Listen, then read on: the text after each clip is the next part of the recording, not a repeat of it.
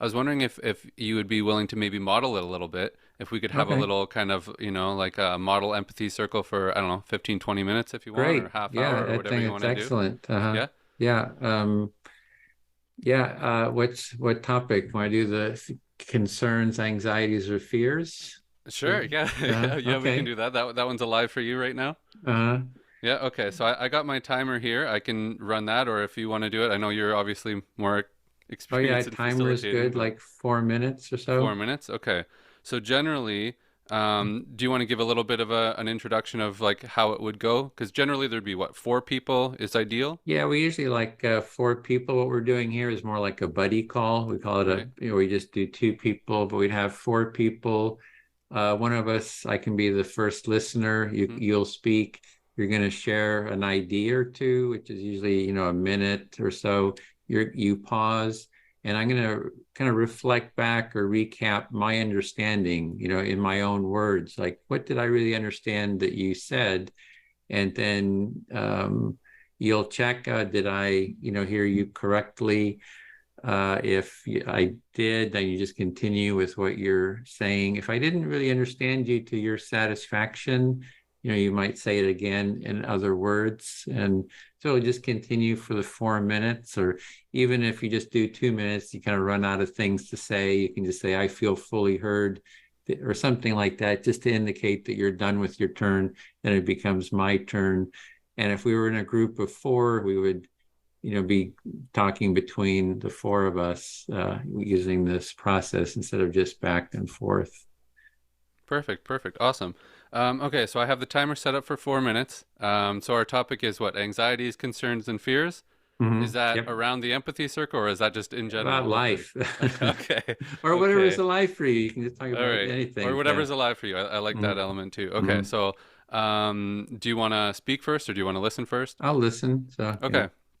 All right. So I'll hit the timer here, and then we'll we'll give this a shot, and we'll show kind of what it's about. So I'll hit start here. So yeah, concerns, anxieties, and fears. I guess what's coming to mind for me is like what that feels like. What fear or anxiety feels like, and I often feel it in like my solar plexus or like my nervous system. Yeah. So you're kind of just sensing into what does that feel like, of fear, anxiety, and it's in your solar plexus and that you tend to feel that. Yeah, and now that you mention it, I think that's one of the main places, but I think it exists in other spots as well. And I'm just kind of starting to open that up to see where else that kind of exists. Yeah, so you thought the solar plexus, but you're realizing it's in other parts of your body. So you're sort of exploring other parts of your body to sort of locate those feelings. Yeah, so I think sometimes it's in the solar plexus, sometimes it can be like shoulders and neck, right? So sometimes it can be a bit of tightness and constriction. So it can be in the shoulders, kind of a constriction in the upper part of your body, kind of moving forward, kind of constricting. Yeah, and I think it's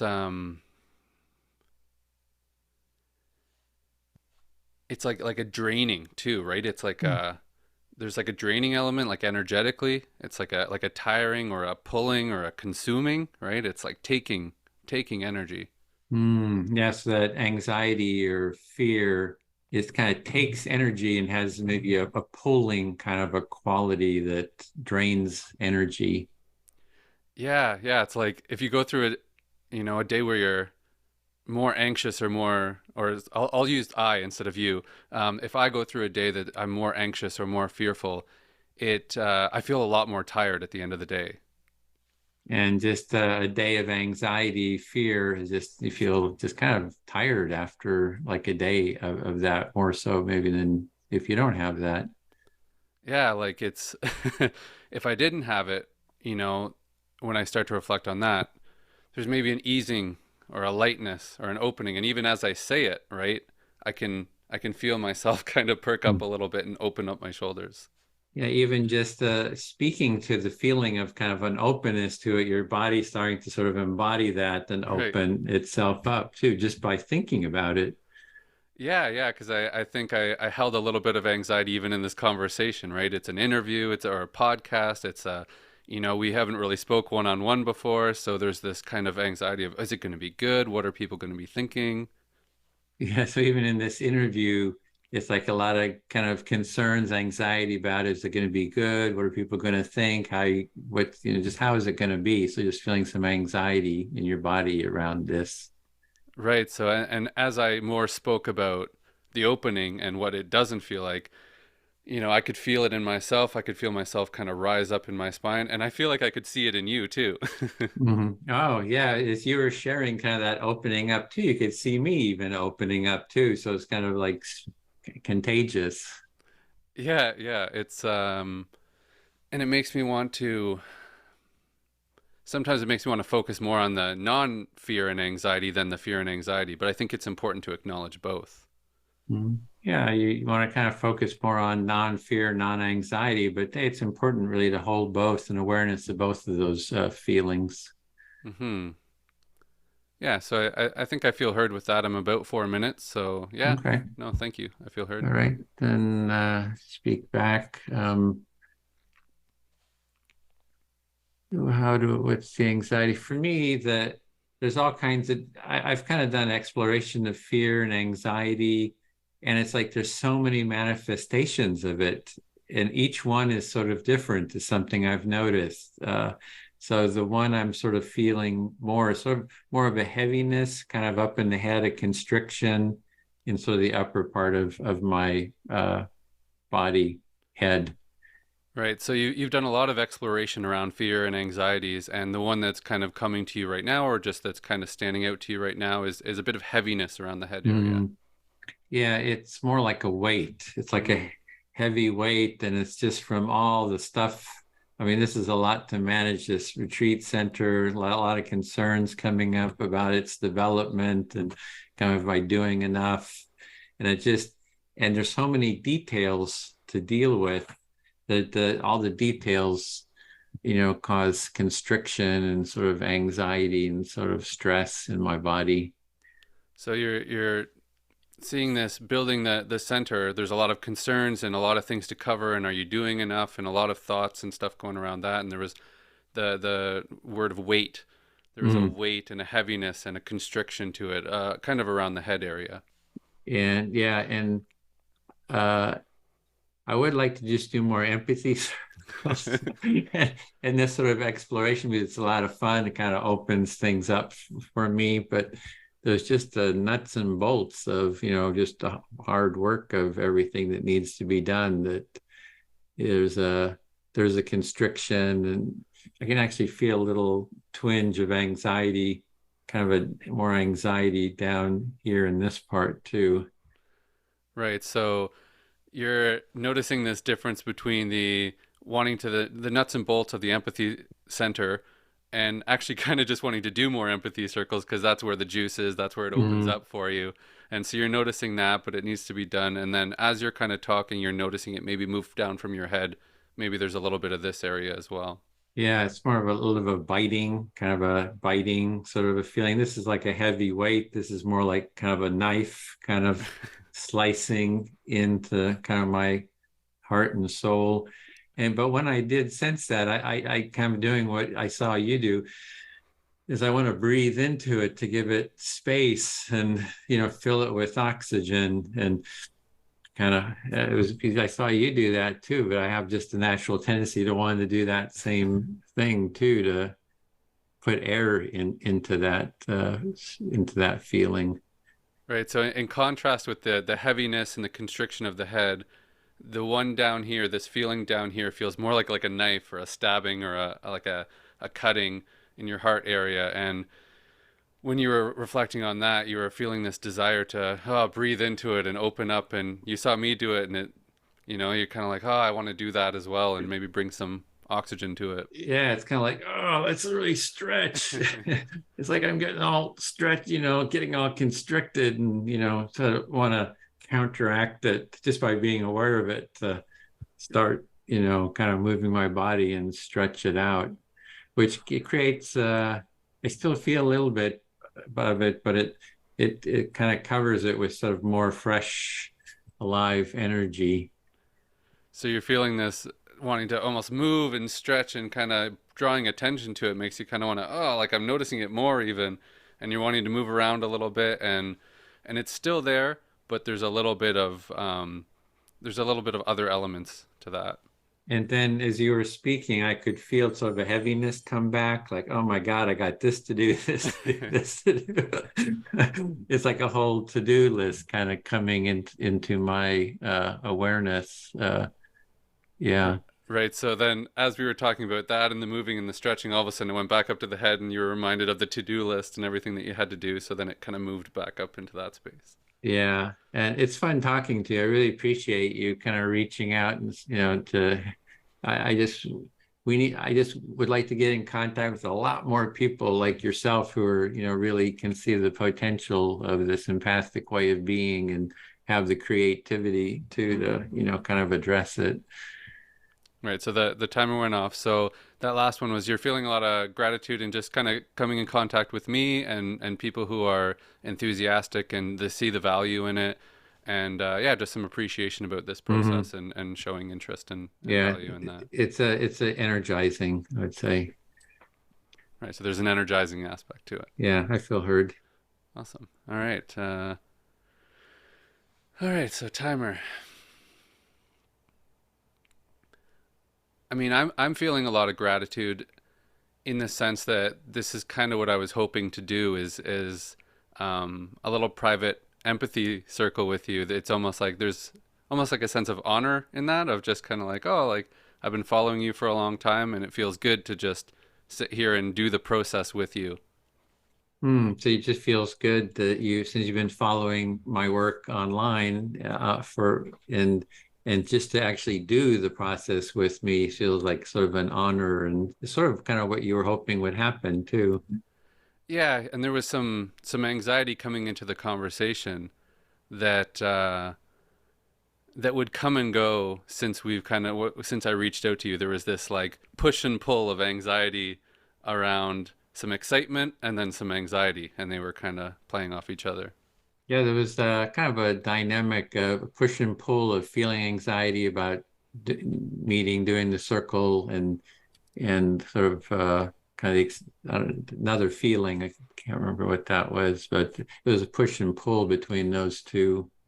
Yeah, like excitement and anxiety of like Mm, doing okay. Uh-huh. something new is exciting, but it's also kind of like, oh, it's something new. It's kind of overwhelming, but it's also exciting. So those two kind of seem to play Hmm. off each other. So it's something new, kind of anxiety about that, but it's also the excitement. So you feeling both at the same time.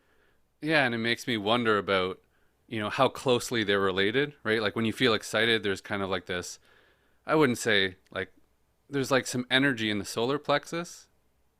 It doesn't feel as dark, but it feels like there's also energy there. So feeling excitement it has a darkness to it, but excitement has like an energy to it, and just noticing that energy. Yeah, it's like a similar energy, but with the anxiety, there's like a slight tinge of darkness to it. So it's like Oh, I similar see. amount Uh-huh. of energy, but just with a different like tint on it. So anxiety actually has energy to it, but it has a darkness, a tint of darkness to it versus excitement, which maybe doesn't have that darkness to it. Mm-hmm. And now I'm just wanting to like take a breath,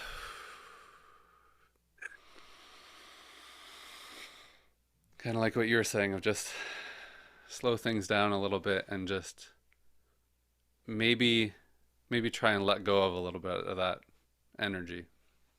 Yeah, I just want to take a deep breath and let go of some of that anxiety or that energy and kind of fill it with some oxygen, air, relaxation, Yeah, and space.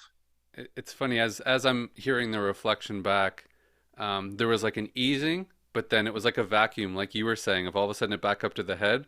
There was back up to the head of like, oh, what are people going to think about when they see Mm. this and hear this? And oh yeah, I'm doing this podcast, and do I do silence? Like, is that good? Is that bad?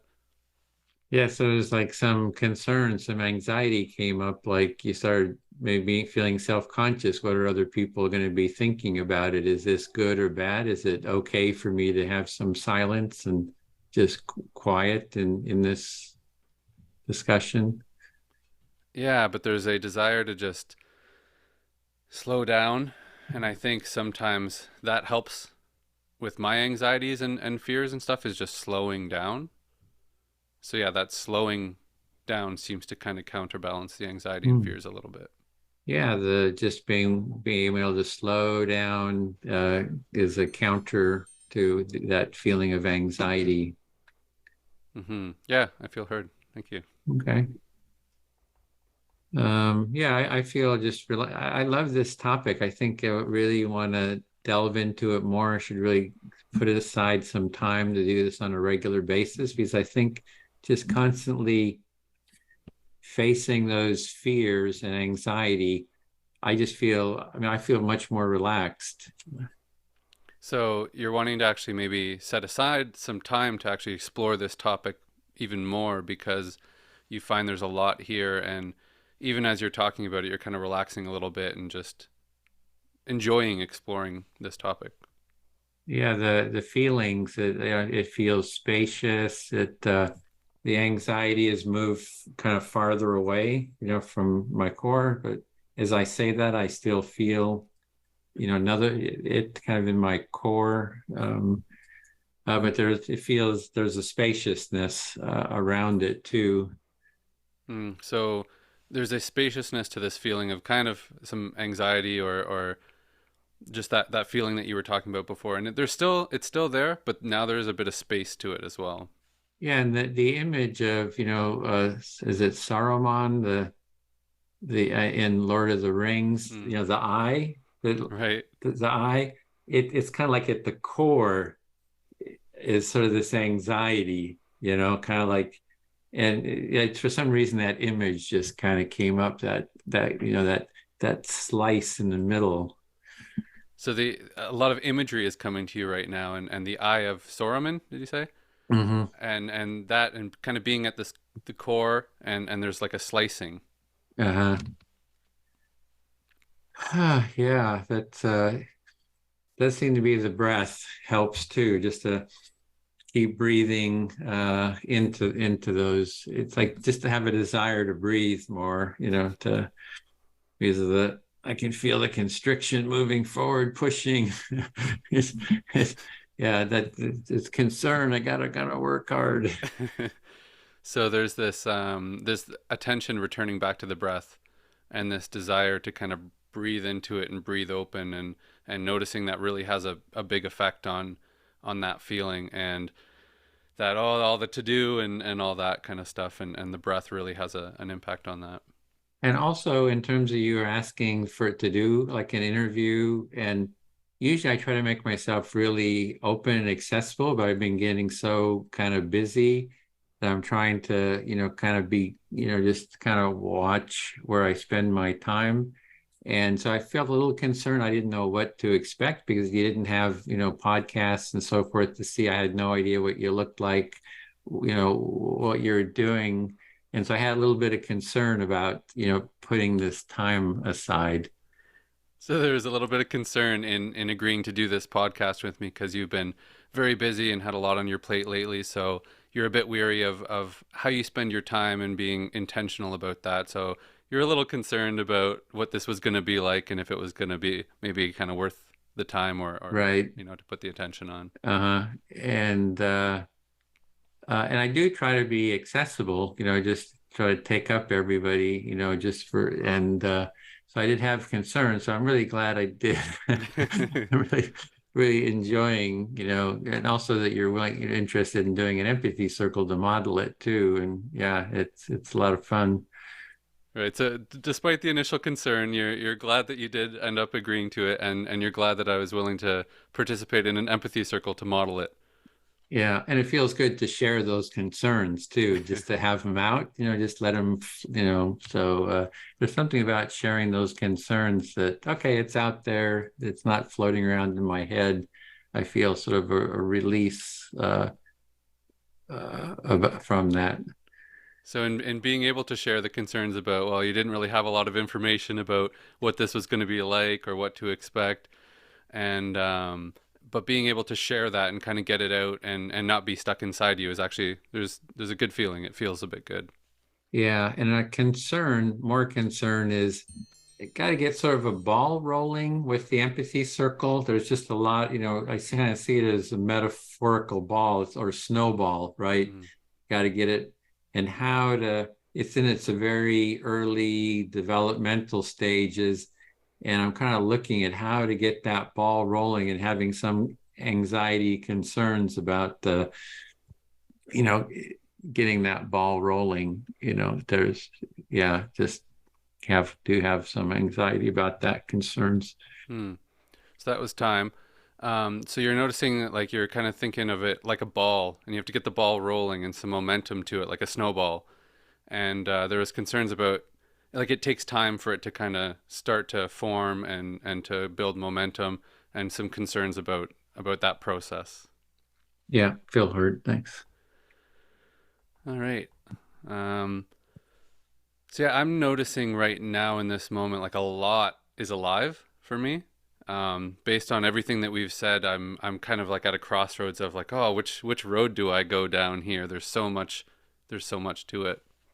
Yeah, just seeing a lot of options, different, a lot of ideas, feelings coming up, and which path do you take to share? Yeah, so I'm seeing kind of one on my left that's I just want to acknowledge and show some appreciation for willing to do this. I know there wasn't a lot of information sent to you, but there's a lot of appreciation for willing to take a chance and to do this with me. Yeah, really feeling a real sense of appreciation for me, taking a chance and doing this with you. Yeah, and then there's a lot of aliveness around this idea of the ball, this snowball kind of thing. And for me, this idea of the ball, so when I think of the empathy circle with four people, I'm seeing this ball and I see how people feed into it like threads into this, like Mm. it's almost becoming a ball of yarn now. Mhm. So this whole notion of metaphor of a ball sort of growing and how the empathy circle is this energetic maybe ball that everybody feeds into and it just keeps growing. Yeah, like there's like threads attached to each person. And I think once Oh, you get mm, over that initial anxiety and the ball starts to form and you start to feed it, it like becomes alive. There's like an aliveness to it. So it's like everyone has a thread that they're putting into the ball and the ball just kind of comes alive and so it has this aliveness to it that everyone is feeding. Yeah, and I'm wondering with the concerns, anxieties, and fears, like, does that get in the way of those threads? Does it like interrupt that process? And I think in a normal conversation or normal interactions, it does. But I think what this process does is it allows those to become part of the ball. Hmm. Yeah, normally in normal conversations, the fears and anxieties can maybe block the forming of that ball. But with the empathy circle, it actually those fears become part of the ball and part of that dynamic that's growing. Yeah, and I think there's oftentimes I wish I could speak to it more, but wondering about in certain situations or like the workplace or certain things where like maybe it's not okay to speak to those things. And then that's another anxiety. It's almost like anxiety or fear about having fear and anxieties. Mhm. So in your work environment, you like to share some fears and anxieties, but you have fear and anxiety about sharing those. So it's fear and anxiety on top of fear and anxiety. Yeah, so it's like a little like nested Russian doll where there's like fears inside fears inside fears inside fears. So it's like this fear Russian dolls where they're kind of nested inside of each other. Yeah. Yeah, and I think one of the benefits of the empathy circle and being able to share the fears and anxiety is it starts to open up the other aspects of fear and anxiety in your life. It's almost like they're attached by a thread themselves, and as you start to unravel it, it starts to open up other aspects of anxieties and fears. Yeah, so if you take one fear and anxiety away, it is connected to another one. You take that and it's connected to another one. They're connected to each other, and the empathy circle helps you to sort of address that or speak to it or take it apart. Yeah, yeah, no, I feel heard. Thank you. Yeah. Yeah, I like that metaphor of the Russian doll because I see that as well.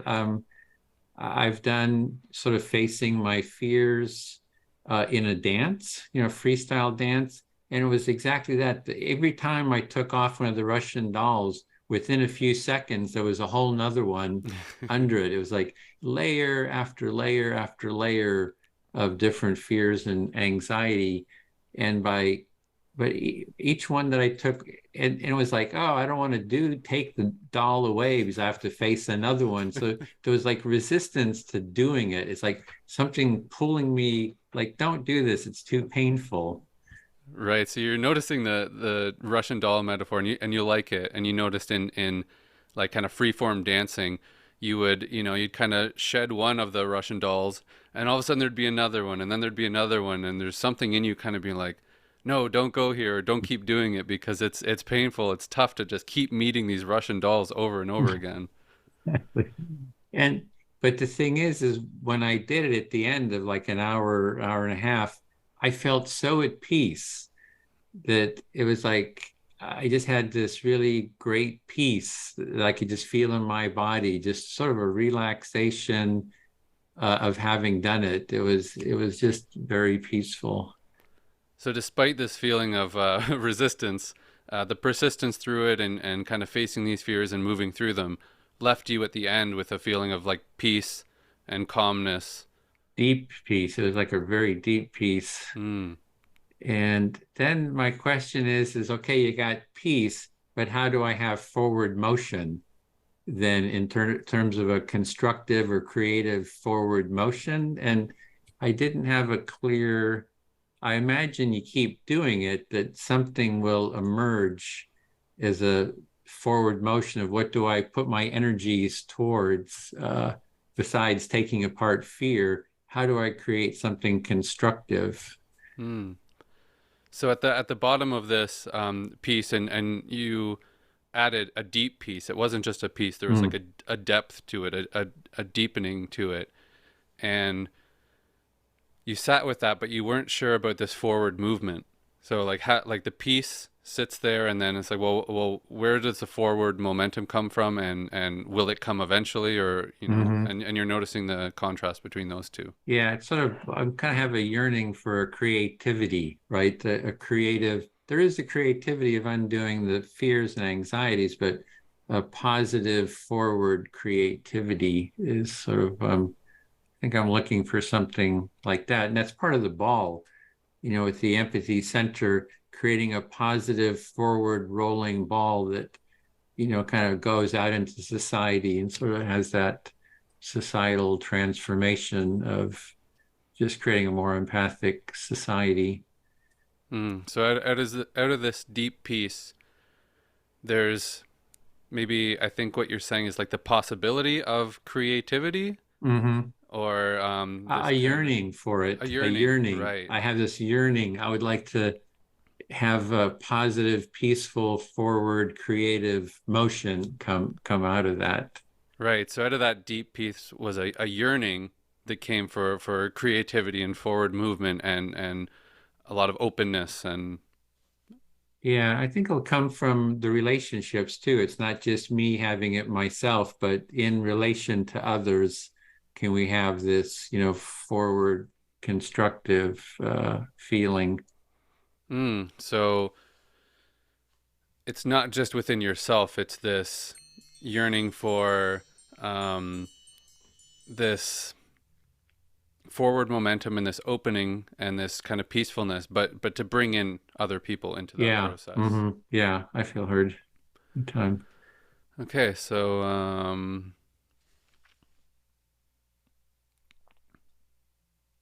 yeah, I mean, I see, yeah, lots of things are coming to mind for me. So again, I feel like I'm wondering which one. I guess I want to speak to deep peace first. Um, there's been, yeah, a few times in my life, or like quite a few times, where like you feel that deep peace, and it's different than just like a shallow peace, like contentment. And then maybe contentment's part of that deep peace, but there's like a deeper level of it, and then like a surface level of it, like I'm doing all right, but then there's like a yes, like Mm. things are, yeah. Yes, just a lot of things to speak to, but the one about the deep peace and comparing that to sort of a more contentment, more of a superficial peace, and it's a real deep. Yeah, and sometimes, when I'm wondering like what to do or what action to take or where to go or what to do about something, um, I often try and reconnect with that and try and find that again, and almost like that centeredness. I feel like I feel like my wisest action comes out of that deep peace, Mm. right? If I can get that.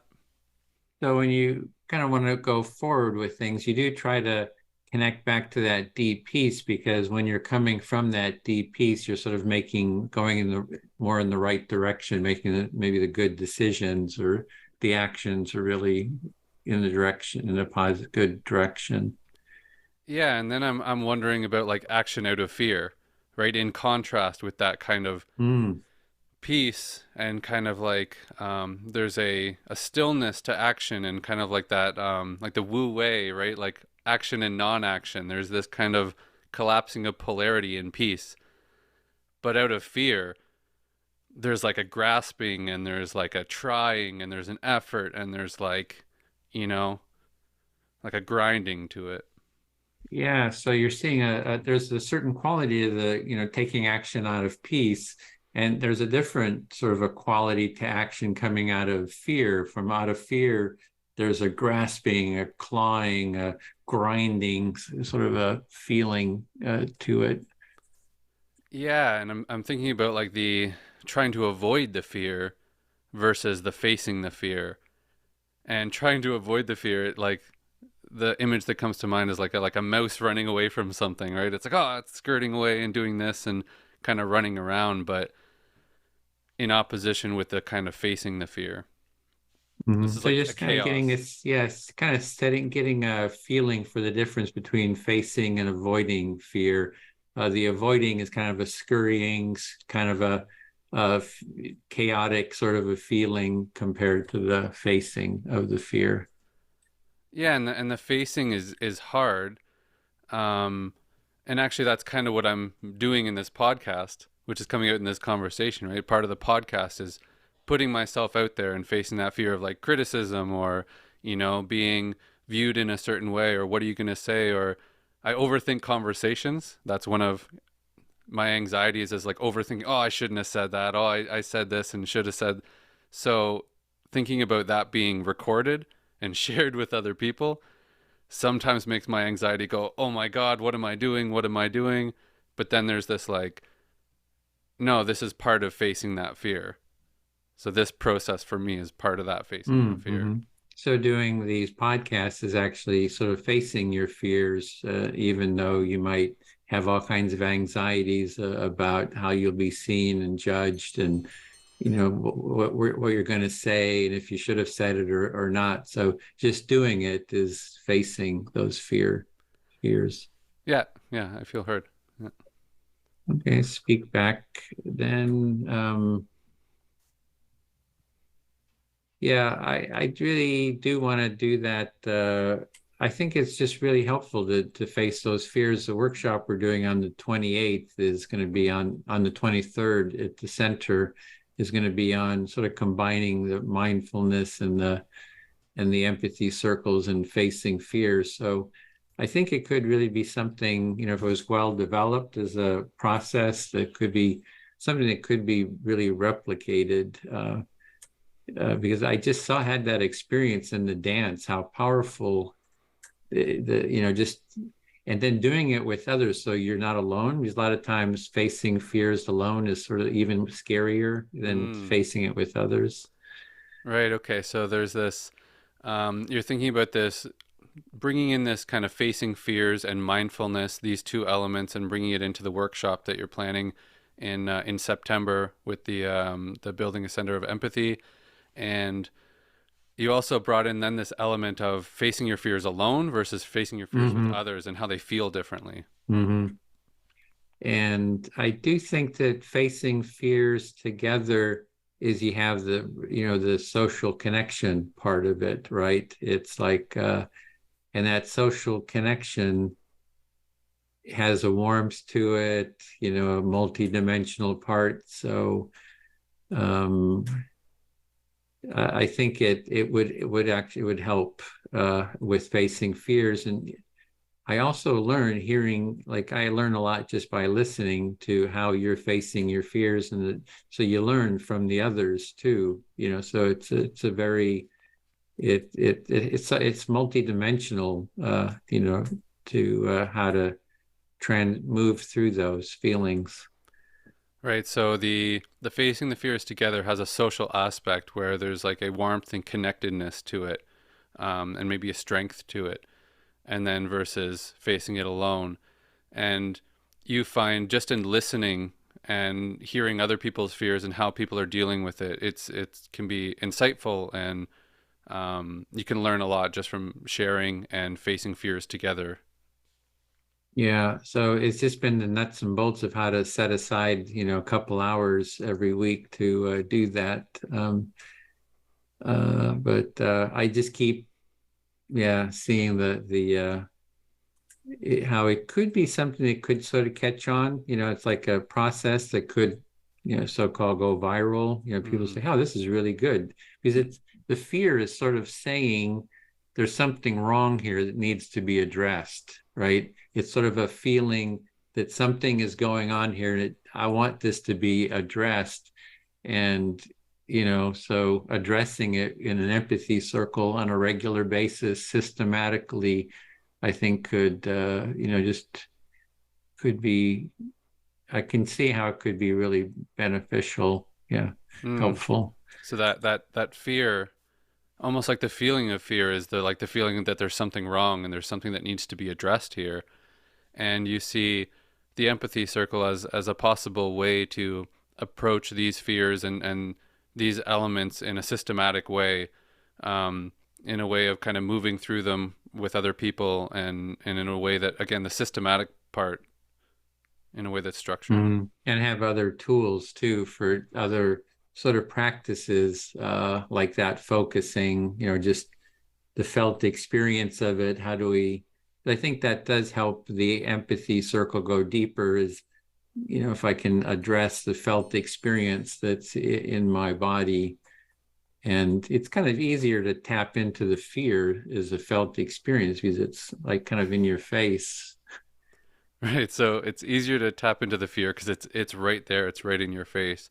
But adding these other tools also into it, as well as the empathy circle, can just build this really good toolbox or tool belt of tools to kind of address Mm-hmm. fear and anxieties and concerns.